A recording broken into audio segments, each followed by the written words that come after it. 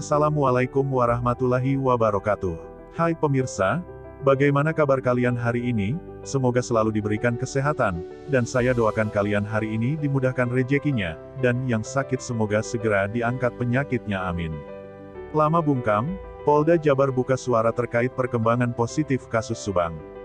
Namun sebelum kita bahas mohon dukung channel ini, dengan cara tekan tombol like dan subscribe, biar kami lebih semangat menyajikan berita-berita terupdate. Kalau sudah mari kita lanjut. Kasus pembunuh ibu dan anak di Subang, Jawa Barat akan segera berakhir. Kapolda Jawa Barat Irjen Pol Suntana memastikan, semua pelakunya akan segera ditangkap. Direktur Reskrim Polda Jabar sudah melaporkan perkembangan kasus pembunuhan ibu dan anak di Subang dan sudah ada titik terangnya, kata Suntana pada kegiatan bakti sosial di Kampung Adat Kasepuhan Ciptagelar, Kecamatan Cisolok, Kabupaten Sukabumi Jumat tanggal 18 Februari tahun 2022. Sebelum para pelaku pembunuh ibu dan anak di Subang ditangkap, kata Kapolda Jabar Suntana, jajarannya saat ini masih bekerja maksimal di lapangan untuk menuntaskan pengumpulan informasi, keterangan dan barang bukti yang diperlukan. Kapolda menjelaskan, untuk mengungkap kasus pembunuh ibu dan anak di Subang ini pihaknya telah menggandeng sejumlah ahli dan perkembangannya saat ini sudah ke arah positif. Kapolda sangat optimistis dalam waktu dekat kasus pembunuh ibu dan anak di Subang ini bisa terselesaikan dengan mengungkap pelaku dan motif di balik pembunuhan tersebut. Pada kesempatan itu, Kapolda Jabar Suntana mengimbau kepada warga untuk tidak menerka-nerka atau beropini terkait dugaan kasus pembunuh ibu dan anak di Subang yang saat ini kasusnya segera dipecahkan pihak kepolisian. Kapolda mengimbau masyarakat dan pihak-pihak lain, untuk bersabar dan jangan mudah percaya terhadap informasi-informasi di media sosial tentang kasus pembunuh ibu dan anak di Subang yang belum tentu kebenarannya.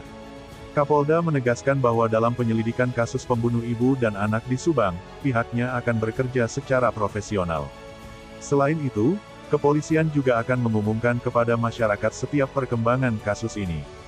Kami terus berupaya agar kasus pembunuhan ini segera terungkap untuk mengungkap siapa pelaku utamanya dan apa motifnya melakukan pembunuhan terhadap ibu dan anak tersebut, kata Kapolda Jabar Suntana.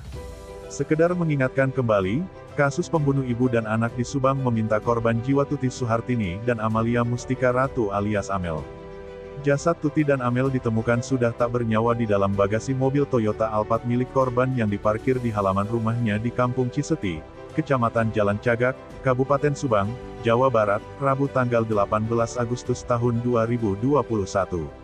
Adalah Yosef, belakangan disebut netizen sebagai Yosef Subang suami Tuti sekaligus ayah Amel, yang pertama kali curiga. Pagi itu ia datang ke rumah korban sehabis menginap di rumah Mimin istri mudanya, mendapati rumah berantakan dan penghuni rumah Tuti dan Amel tidak ditemukan.